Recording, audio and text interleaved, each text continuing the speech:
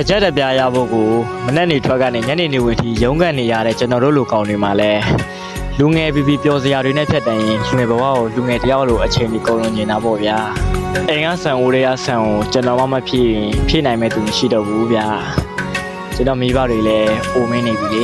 ဒါကြောင့်ကျွန်တော်ရဲ့လူငယ်ဘဝကိုပျော်ရွှင်နဲ့မဖြတ်သန်းခဲ့ရရင်နေပါစေဗျာကျွန်တော်မိသားစုလေးကိုတော့အမင်းနဲ့မမှန်နဲ့မငတ်ရအောင်ထားနိုင်တဲ့သူတယောက်ဖြစ်ချင်တယ်ဗျာဒါကြောင့်ကျွန်တော်တို့လူငယ်တချို့ကအမောင်ကျနေတဲ့နိုင်ငံကိုဆုံးခွာပြီးကျွန်တော်တို့အနာဂတ်တွေအတွက်နိုင်ငံတစ်တွေကိုပူပြောင်းပြီးတော့လမ်းတစ်တွေကိုပါတော့ကိုဖောက်ရတယ်ဗျာ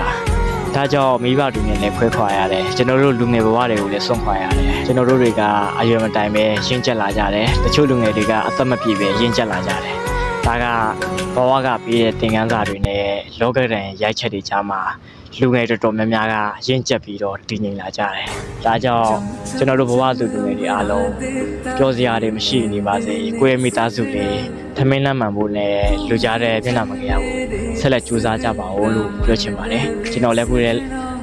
လက်ရှိကြိုးစားနေစေပါလို့အားလုံးပြောချင်ပါတယ်ကျေးဇူးပါ